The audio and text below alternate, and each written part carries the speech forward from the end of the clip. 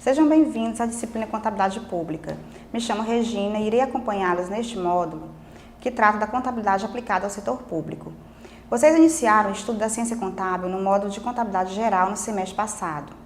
Neste semestre, vocês aprenderão que a contabilidade pública é um dos ramos da ciência contábil, assim como a contabilidade agropecuária, rural, industrial, gerencial e de custos. Em contabilidade geral, vocês aprenderam sobre o patrimônio, sua composição, suas variações, conceitos contábeis, planos de contas, registros contábeis, dos fatos administrativos, demonstrações contábeis e da legislação básica aplicada à contabilidade geral. Agora, você, futuro ou já administrador público, verá como funciona a contabilidade aplicada à administração pública, dada a necessidade de os entes da federação coletarem, registrarem, acompanharem, fiscalizarem todos os atos e fatos que envolvem o patrimônio público. É necessário, portanto, noções sobre orçamento público, ingressos e dispêndios públicos e patrimônio público. Você observará que a contabilidade aplicada ao setor público está relacionada ao controle do orçamento e do patrimônio público, e a esta disciplina cabe acompanhar todos os atos e fatos praticados pelo administrador ou gestor público, tendo como papel principal contribuir para o processo decisório. Iniciaremos com o campo de aplicação, objetivos e objeto da contabilidade aplicada ao setor público, ou contabilidade governamental ou contabilidade pública. Em seguida, orçamento, patrimônio público, receitas, despesas.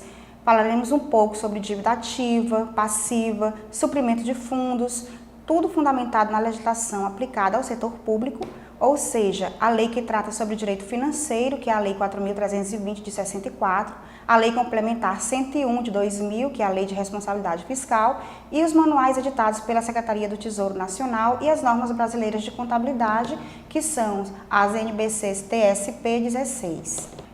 Iniciaremos com o conceito objetivo e campo de aplicação, como já falado, que é a NBC TSP 16.1. Então, o que é a contabilidade pública? O conceito básico da contabilidade pública seria que é o ramo da ciência contábil que aplica no processo gerador de informações os princípios fundamentais de contabilidade e as normas contábeis direcionadas ao controle patrimonial de entidades do setor público. Ou seja, esses princípios fundamentais de contabilidade são os mesmos princípios que vocês já viram na disciplina de contabilidade geral.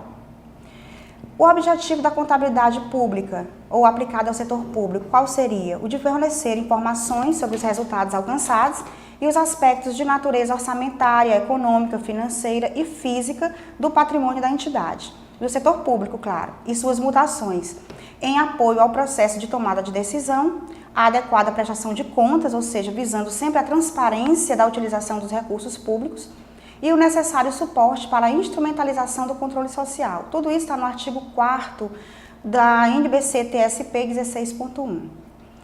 E qual é o objeto da contabilidade aplicada ao setor público? Assim como a contabilidade geral, é também o patrimônio, só que o patrimônio público. E o que vem a ser patrimônio público? Ou como ele é composto? Assim como também na contabilidade geral, ou aplicada a entidades privadas, também é composto por bens, direitos e obrigações, tá? Mas vamos voltar à contabilidade pública, ou seja, o patrimônio público. Ele é composto por quê?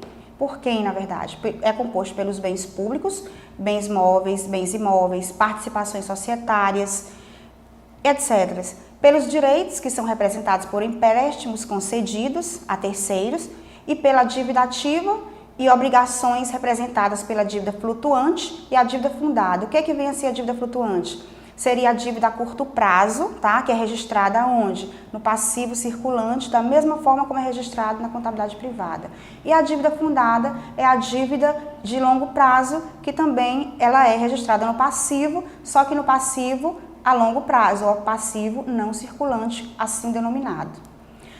Quanto ao aspecto contábil, que é o nosso interesse, o patrimônio público ele é classificado como bens de domínio público, que, como exemplos, a gente pode citar as praças, as ruas, as estradas, os mares, os rios, ou seja, que todos têm acesso, e esses bens, anteriormente, eles não eram registrados na contabilidade, ou seja, no patrimônio da entidade pública. A partir de então, com as novas mudanças, com o objetivo de harmonizar e padronizar a contabilidade, ou seja, globalizar a contabilidade, que se faz? Agora, a partir de então, deve-se sim registrar essas ruas, praças, tá? Como que a gente vai registrar? Através do custo. Quanto me custou uma rua dessa? Quanto me custou uma praça dessa? Quanto me custou uma estrada dessa? Então, a partir do custo, registra-se pelo custo histórico, no caso, esses bens na contabilidade pública. Aonde? No lado do ativo. No lado do ativo, que é onde a gente registra o quê? Os bens e os direitos de uma entidade. Os bens em geral são os prédios, edifícios, veículos, máquinas, etc. Eles são bens utilizados pela administração pública para a consecução das suas atividades. Temos os bens dominiais, que são bens que podem ser alienados e podem ser cedidos a terceiros pela administração pública ou pelo ordenador de despesas. Que, como exemplos, podemos citar os terrenos da Marinha. A diferença entre os bens de uso geral e dominiais é que os bens de uso geral, eles não podem ser alienados nem cedidos, enquanto os dominiais, sim. Como eu já falei anteriormente, podem ser alienados e podem ser cedidos. Antes de conceituar orçamento, é pertinente que conceituemos a administração pública. Não é uma entidade produtiva propriamente dita, à semelhança de uma empresa privada que visa lucro econômico, mas também tem que administrar receitas de despesa, pois visa o lucro social, a efetividade dos programas sociais. Suas fontes de receitas são os tributos e as transferências também. Suas despesas tanto podem ser os gastos com prestação de serviços públicos, quanto aplicados a investimentos e inversões financeiras. Esses investimentos e essas inversões equivalem à execução de obras, à aquisição de imóveis já em utilização, à aquisição de capital de empresas já constituídas.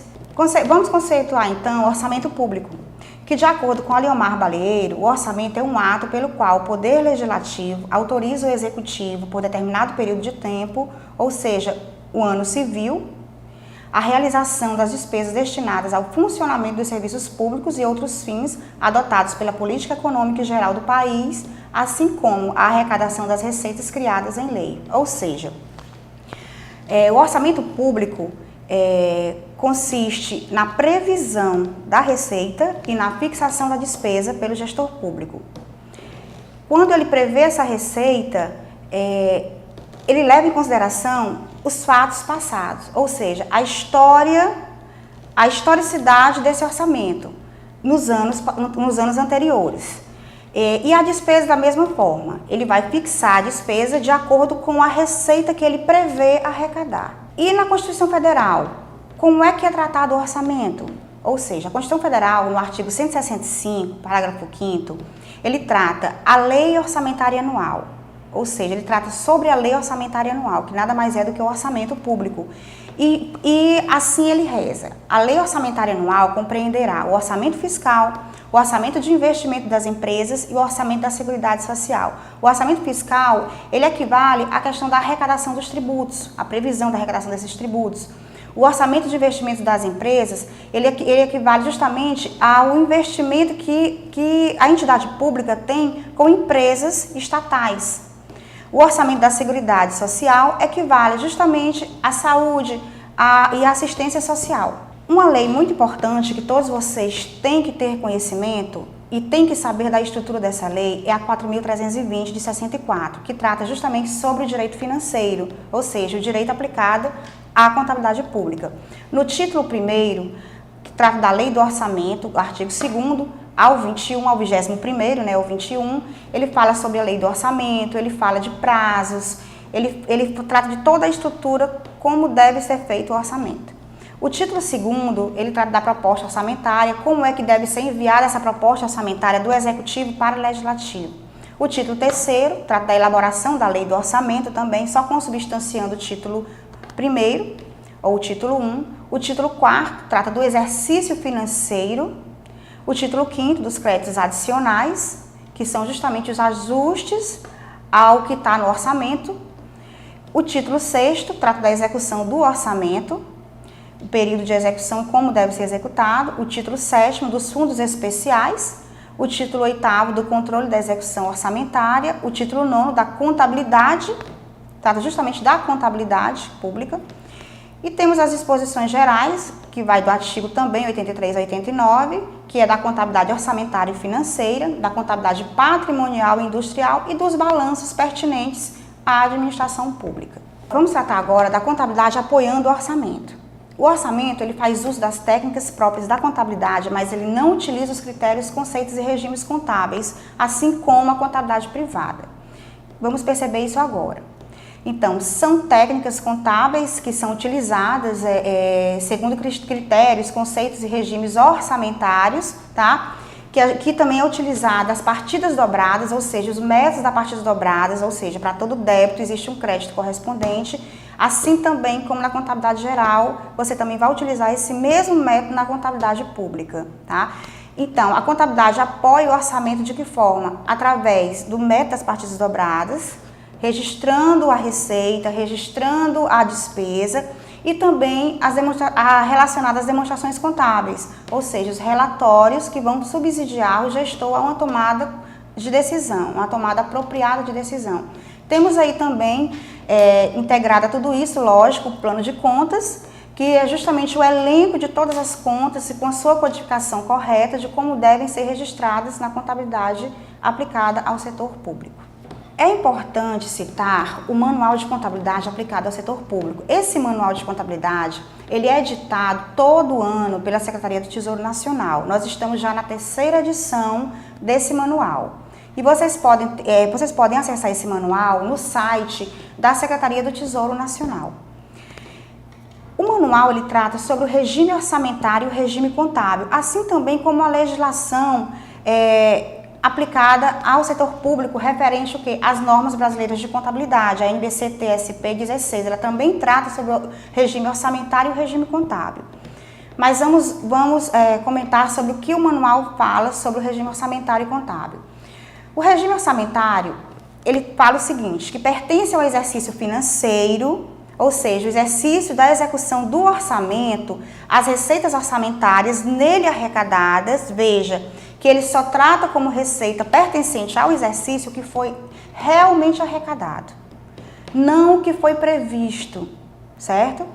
E as despesas orçamentárias nele legalmente empenhadas, ou seja, aquelas que foram comprometidas. No momento do empenho, é o momento do comprometimento da despesa, ou seja, do recurso que foi destinado, fixado para aquela despesa. Empenhou a despesa, determinada despesa, aquele recurso já está comprometido. E temos o regime contábil, é onde as receitas, que são as variações patrimoniais aumentativas, que aumentam o patrimônio, e as despesas, que são as variações patrimoniais diminutivas, que diminuem o patrimônio, devem ser incluídas na apuração do resultado do período em que ocorrerem, sempre simultaneamente quando se correlacionarem, independentemente de recebimento ou pagamento. Ou seja, esse regime contábil é o mesmo que a gente utiliza na contabilidade geral e que difere um pouco da contabilidade pública, certo? Porque quanto ao regime orçamentário, quando se trata de orçamento, a gente leva em consideração o que foi realmente arrecadado, enquanto receita. Já a despesa não, ela já coincide com o regime contábil. Aquela despesa que ocorreu no exercício, ela pertence àquele exercício. Já a receita que foi arrecadada e no outro exercício, ela pertence ao exercício da sua arrecadação. Eu falei anteriormente sobre os ajustes, quando a gente tratou da estrutura da Lei 4.320, sobre os ajustes ao orçamento. Então, que ajustes são esses? Como a gente pode ajustar esse orçamento? Através dos créditos adicionais, ou seja, temos os créditos orçamentários, que são os créditos iniciais e os créditos adicionais, certo? Os créditos orçamentários iniciais são aqueles que constam na lei do orçamento, a lei orçamentária anual, tá? Que ela como eu falei anteriormente, ela é encaminhada pelo Executivo ao Legislativo. O Legislativo aprecia, emenda e devolve ao Executivo para que o Executivo possa sancionar e começar a sua execução, ou seja, a execução do orçamento durante o exercício financeiro.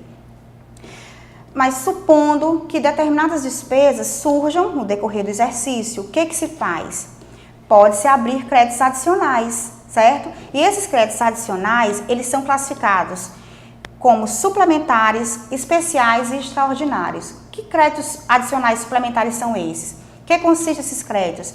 Esses créditos suplementares são aqueles créditos, como o próprio nome fala, ele suplementa o orçamento, ou seja, ele vem a suplementar uma despesa já dotada, Vamos falar um pouco agora sobre os créditos orçamentários. Os créditos orçamentários, eles consistem em crédito inicial e crédito adicional, certo? Ou créditos iniciais e adicionais. Esses créditos iniciais são aqueles que estão no orçamento, ou seja, constam no orçamento, já estão autorizados a serem utilizados. São, no caso, as receitas previstas relacionadas com as despesas fixadas, certo? Aí temos os créditos orçamentários adicionais. Que créditos adicionais são esses? Esses créditos adicionais equivalem a ajustes do orçamento, ou seja, no momento em que se fixa uma despesa e aquela despesa ela está insuficiente, ou então surge uma nova despesa, pode-se então abrir créditos adicionais. E esses créditos adicionais, quando uma despesa está insuficientemente dotada, eles são chamados de créditos adicionais suplementares. Quando uma despesa não foi dotada e precisa-se de um crédito para suprir essa despesa, esse crédito aberto chama-se de crédito adicional especial. E temos também os créditos adicionais extraordinários. Que créditos são esses? São créditos no momento em que a instituição pública precisa enviar ou encaminhar ou suprir despesas relacionadas a calamidades públicas, por exemplo, ou a uma guerra, ou seja, são créditos que podem ser utilizados, esses créditos extraordinários, mais especificamente, podem ser abertos sem autorização prévia, tá, do legislativo, ou seja, abre-se esses créditos através de decreto, o executivo abre esse crédito através de decreto, e esse crédito, ele já é encaminhado a quem necessita, a instituição que está necessitando desse crédito, e após essa utilização é que o executivo encaminha para o legislativo. Os créditos orçamentários, eles constam também na Constituição Federal de 88 e também e na própria Constituição é tratado sobre as fontes de recurso desses créditos. Ou seja, a gente não pode estar abrindo um crédito adicional sem ter uma fonte de recurso, uma fonte para que a gente possa abrir esse crédito. Quais seriam as fontes de recursos para a abertura desses créditos adicionais? Ou seja, o superávit financeiro. O que vem a ser esse superávit financeiro? Nada mais é do que a diferença positiva